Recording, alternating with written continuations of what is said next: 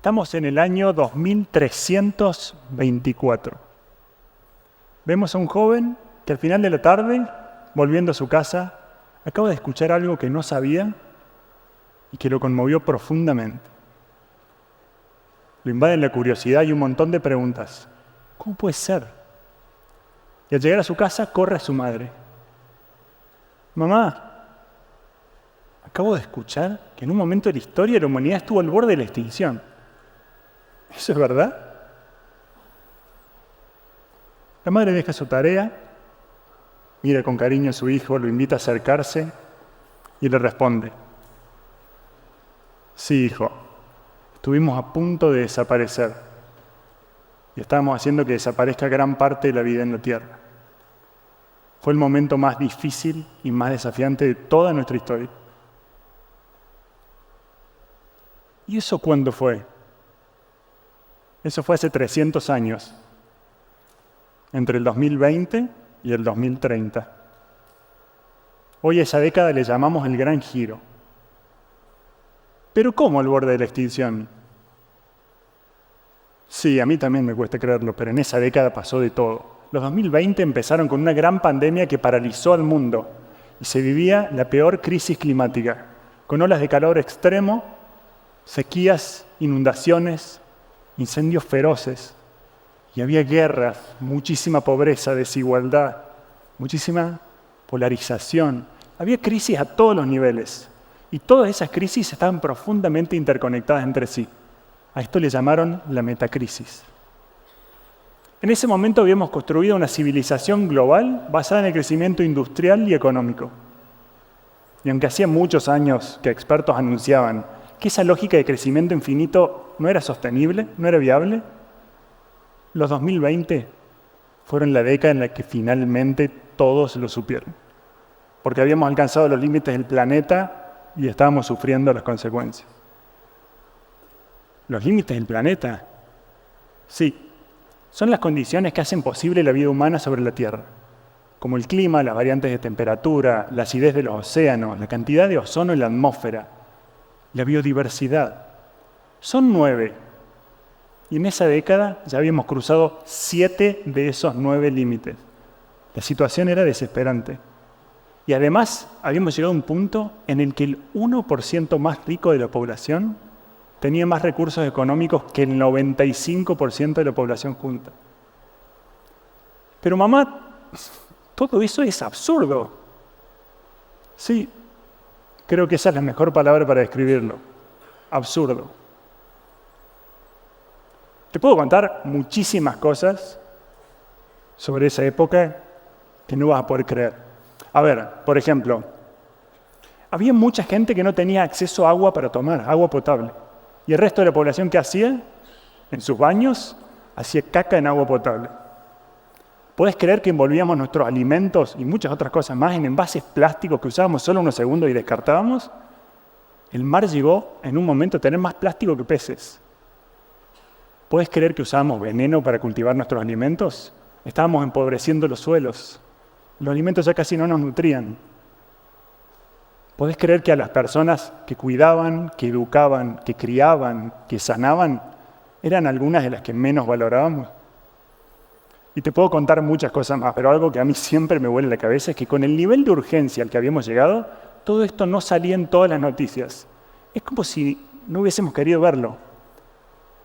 Es más, a las personas que alertaban sobre esto, la gente las rechazaba. Les decía que exageraban, que eran mala onda. A los activistas pacíficos hasta los encarcelaban, incluso los mataban. Era una locura, ¿te imaginas? La verdad que no me lo imagino. ¿Cómo habrá sido estar vivo en esos tiempos? Bueno, justamente lo psicológico y lo emocional fue de los grandes desafíos de esta metacrisis. Porque a quienes podían ver lo que estaba pasando, les generaba dolor, ansiedad, angustia, impotencia. Quienes no podían verlo es porque estaban profundamente desconectados o porque preferían seguir distraídos. Porque en esa época nos habíamos vuelto expertos en escapar. Escapar del dolor, de la incomodidad. ¿Sabes cómo lo hacíamos? consumiendo vorazmente, consumiendo cosas que no necesitábamos, consumiendo información que nos daba más ansiedad, que nos distraía, hundidos en pantallas todo el día, o refugiándonos en el hacer, trabajando y trabajando sin parar. Pero en el fondo nadie estaba realmente bien.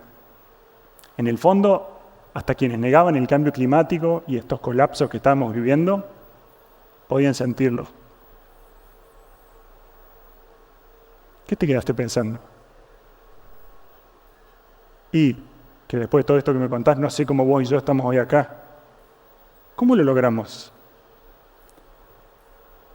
No es sencillo responder eso, porque este gran giro, este gran cambio que pudimos dar, fue una combinación, una mezcla de muchísimas respuestas a la metacrisis, respuestas de todas las formas, en todas las escalas, a todos los niveles. Lo que te puedo decir es que no fue para nada fácil, porque lo que estábamos necesitando era cambiar y transformar profundamente nuestra forma de ver el mundo, nuestra forma de habitar la Tierra. Pero ¿sabes qué? Hay algo que a mí me encanta, que es que mientras mucha gente buscaba soluciones en grandes tecnologías digitales y aeroespaciales, una de las claves fue una de nuestras tecnologías más antiguas, una tecnología social, la conversación. El gran giro se gestó en espacios de diálogo sobre nuestro dolor por el mundo, porque la realidad nos dolía, pero cuando pudimos hablar de eso, pudimos trascenderlo. Para vos, conversar ahora es muy natural, pero en aquel entonces hablábamos mucho, pero ya no sabíamos conversar realmente. Y eso es porque durante mucho tiempo habíamos priorizado lo individual. Y cuando todo estuvo colapsando, no tuvimos otra opción que volver a ejercitar lo colectivo. Lo comunitario, la colaboración, la conversación. Y esos espacios de conversación fortalecieron comunidades en las que la gente se empezó a encontrar, a imaginar otros futuros posibles, a contarse nuevas historias. Y esas personas empezaron a descubrir que en las grietas de todos los sistemas que se estaban desmoronando, en esas grietas había hermosas posibilidades para usar su creatividad y su talento para crear algo realmente nuevo, algo mucho mejor.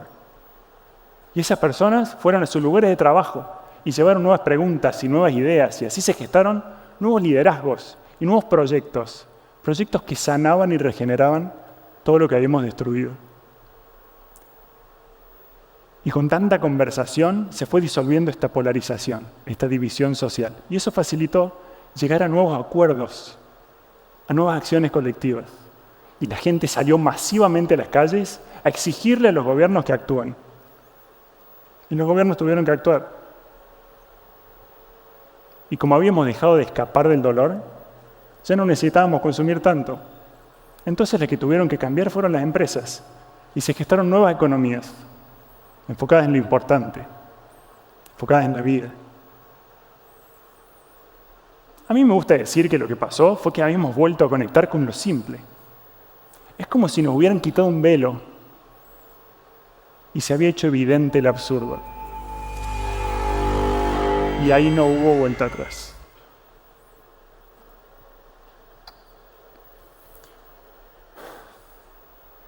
La verdad es que no sé si ese futuro del que hablo va a ser posible.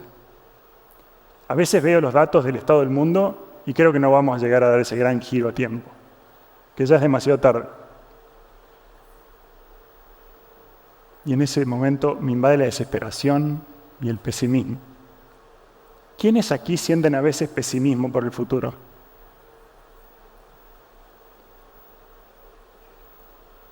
Y a veces, por los proyectos en los que trabajo y la increíble red de personas inspiradoras y talentosas con las que tengo la suerte de trabajar, creo que sobran las posibilidades de reinventarlo todo. Y me lleno de esperanza y optimismo. ¿A dónde están los optimistas? A veces siento pesimismo y optimismo el mismo día, y a veces al mismo tiempo. ¿A alguien le pasa? Cuando me invade la desesperación, me desvela la pregunta: ¿cómo llegar a más personas para que hablemos de esto? Les juro que he probado de todo. Estoy a esto de ponerme a inventar una historia de un diálogo entre entre una madre y un hijo y contarla en un escenario TEDx. ¿Qué dicen? ¿Puede llegar a ser ridículo o se puede llegar a entender?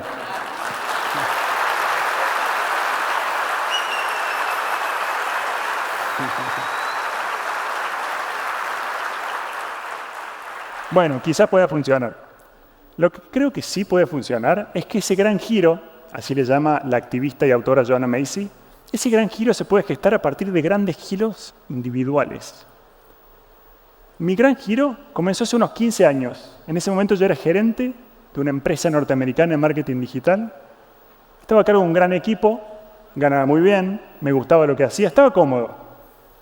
Hasta que un día me hice una pregunta que lo cambió todo. ¿Al servicio de qué está mi talento? No me gustó la respuesta. Al fin del día, mi tiempo, mi energía, mi talento estaban ayudando a que algunas de las empresas más grandes del mundo le vendieran a la gente cosas que no necesitaban. Y a mí me había empezado a doler el mundo. Esa incomodidad para mí dio inicio a una búsqueda de sentido. Y pensé que si tenía el privilegio de poder hacerme esa pregunta, tenía también la responsabilidad de hacerlo y de actuar. Entonces salí a la búsqueda. Salí a la búsqueda de personas que se pudieran estar haciendo preguntas similares y que tuvieran proyectos que me pudieran inspirar.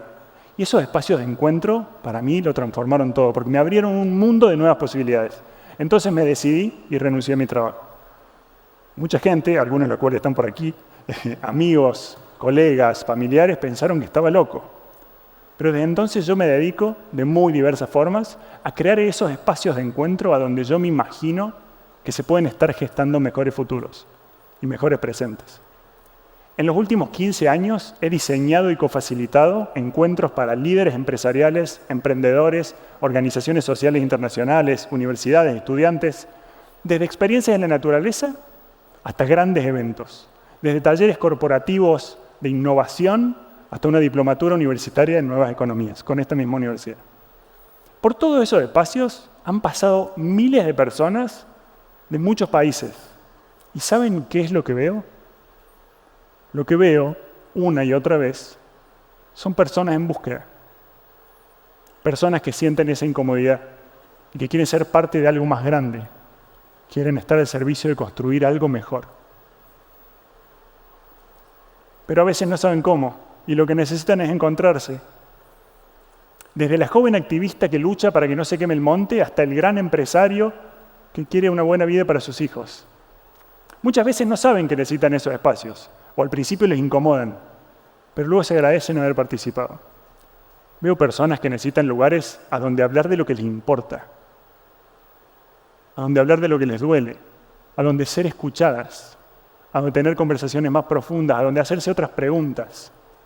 Veo personas que necesitan espacios de encuentro con otras personas que las puedan inspirar, que las puedan reconectar con la esperanza y con el paso a la acción. Conectar con todo lo bueno que ya está pasando. Lugares a donde volver a ejercitar la imaginación. Lugares a donde encontrar sentido. Quizás vos ya tengas lugares así. O quizás ni sabías que los necesitabas. En ese caso te invito a salir a buscarlos. Salí al encuentro. Yo imagino un futuro repleto de lugares de encuentro transformadores. Y yo quiero seguir estando al servicio de crearlos. Vos, ¿al servicio de qué futuro querés estar? Nuestra casa está en llamas. Es urgente que dejemos de escapar y que volvamos a conectar.